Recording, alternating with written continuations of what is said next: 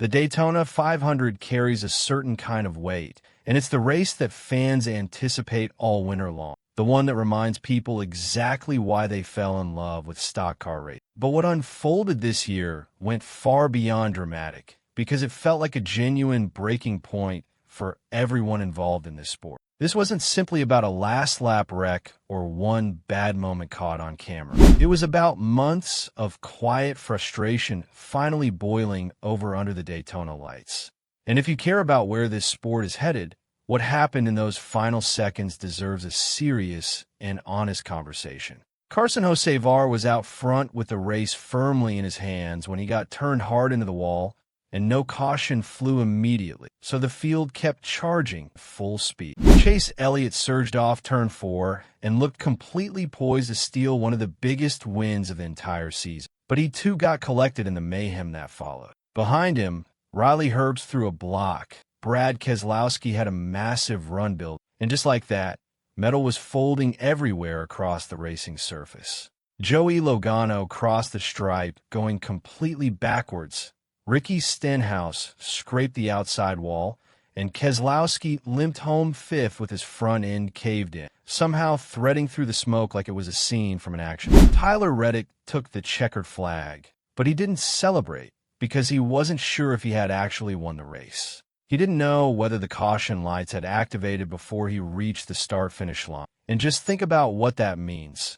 A driver wins the most iconic race in American motorsport and is genuinely afraid to feel happy because the entire finish was so chaotic he couldn't be certain the result would even hold up. This victory meant something far deeper than a trophy or a spot in the books. Reddick grew up in California watching the Daytona 500 every single year with his family, and he remembered the very first time he tested a car at this track and how surreal and overwhelming it felt just to be present in that moment. Now he races for a team co-owned by Michael Jordan, with real expectations to compete for wins every single season, and last year brought no victories, mounting pressure, genuine self-doubt that he had to face head-on. Throughout all of it, his newborn son was dealing with serious health challenges, and he mentioned that the only comparable emotional moment in his entire career was winning the pole position at Charlotte while his son was still hospitalized. Before race day arrived, his son looked at him and asked one simple question: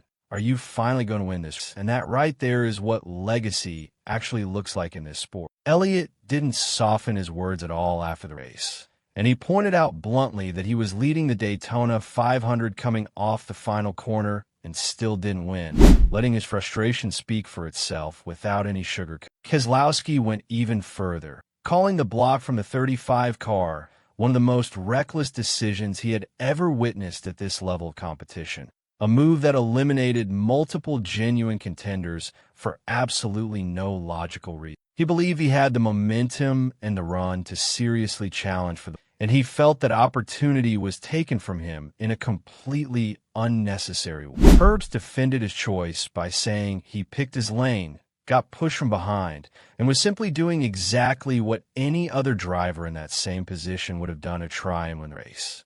Reddick himself even acknowledged that without Herbst making that move, he most likely doesn't cross the line first. So the question of who was right and who was wrong is not a simple one to answer. All race long, drivers weren't pushing hard or racing at the limit the way fans expect at the biggest event of the year. They were managing fuel consumption, riding at partial throttle, and sitting tucked inside massive packs. Not because they wanted to race that way, but because the current package leaves them with almost no other choice available to them. The next-gen car has created near-perfect aerodynamic equality at super speedways, where every car produces similar drag, similar downforce, and similar top-end speed, making the cars so stable that drivers barely need to lift through the corners at all. When nobody lifts, the entire field stays completely compressed, 3 and 4 wide, separated by just inches, lap after lap after lap. And real passing opportunities no longer come from raw speed or driving ability, but from fuel strategy, pit timing, and simply waiting for someone else to trigger the chaos first. Even Denny Hamlin, a race-winning team owner with deep knowledge of this sport, said it plainly that NASCAR might need to increase cornering difficulty and bring genuine separation back to these. His idea involved reducing rear spoiler downforce to force drivers to actually lift in the corners, because more lifting creates gaps between cars. Gaps create skill-based racing, and skill-based racing reduces the pack dependency that is currently defining superspeedway events. He even suggested bringing a completely different test package to the Clash at Daytona, something that eliminates fuel conservation entirely and simply lets drivers race the way this sport was always meant to be raced. And that is a significant statement coming from someone operating at the highest level inside the garage. When the most prestigious race of the year ends with half the top 5 crashing across the finish line simultaneously, when drivers are openly calling each other's moves irresponsible in front of cameras and microphones, and when the winner himself genuinely doesn't know he's won, that is not just Daytona being Daytona. That is a real and serious signal that something needs to change. NASCAR now faces a genuine choice between accepting this version of superspeedway racing as the new standard, where events are chaotic, fuel-driven, and explosive in all the wrong ways, or changing the car and introducing something that brings handling, separation, and individual skill back into the equation where it belongs. The drama was undeniable, and the tension throughout the race was completely real, but the sport's greatest race should not leave drivers, team owners, and fans all feeling like something is fundamentally broken at the core of what they're. The question that remains is whether anyone in a position to actually make changes is truly listening to what happened at Daytona.